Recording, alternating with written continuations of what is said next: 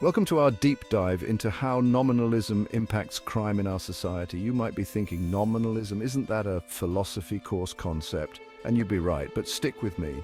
It's more relevant than you might think. Today we'll explore 6 key factors that link nominalism to criminal behavior. We'll uncover how this philosophical idea, which emphasizes the individual over the universal, might be playing a role in the fabric of our society and its challenges. Buckle up because we're about to explore some thought-provoking connections.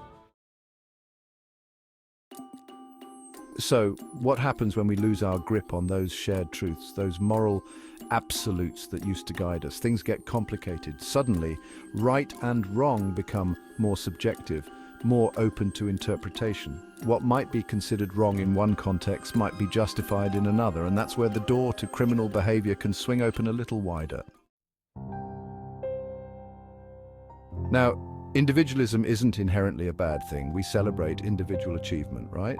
But when it becomes excessive, when it overshadows our sense of community, that's when problems can arise. Think about it. If everyone's just looking out for number one, where's the concern for the well-being of others? Where's the empathy that keeps us from harming one another? It's in that vacuum of shared responsibility that crime can flourish. Societies function because we agree generally on certain fundamental values. These values aren't always written in stone, but they provide a framework for acceptable behavior. They tell us what's right, what's wrong, and what's expected of us. But what happens when those shared values start to crumble?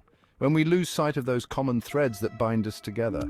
Well, the social fabric begins to fray, and crime rates can rise as a result. Chapter 4. Materialism and consumerism. Our society is bombarded with messages that tell us happiness comes from acquiring more stuff. We're conditioned to want the latest gadgets, the trendiest clothes, the biggest houses, but this relentless pursuit of material possessions can come at a cost. When people are obsessed with getting ahead, with keeping up with the Joneses, they might resort to crime to obtain what they believe they're entitled to.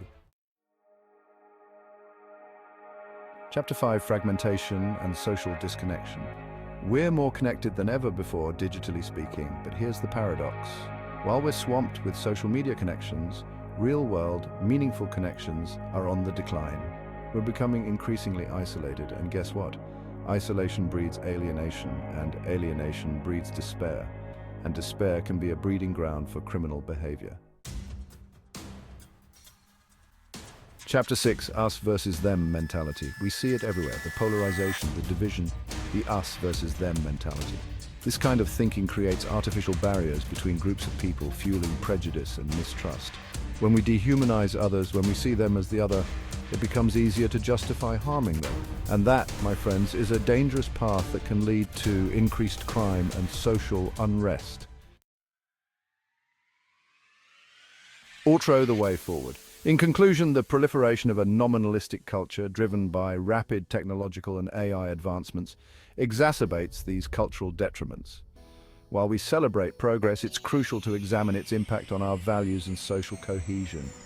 Educating the general public and fostering community cohesion are crucial steps in addressing this issue. We need to rediscover the importance of shared values, empathy, and a sense of belonging. Thank you for watching. Don't forget to like, share, and subscribe for more insightful content.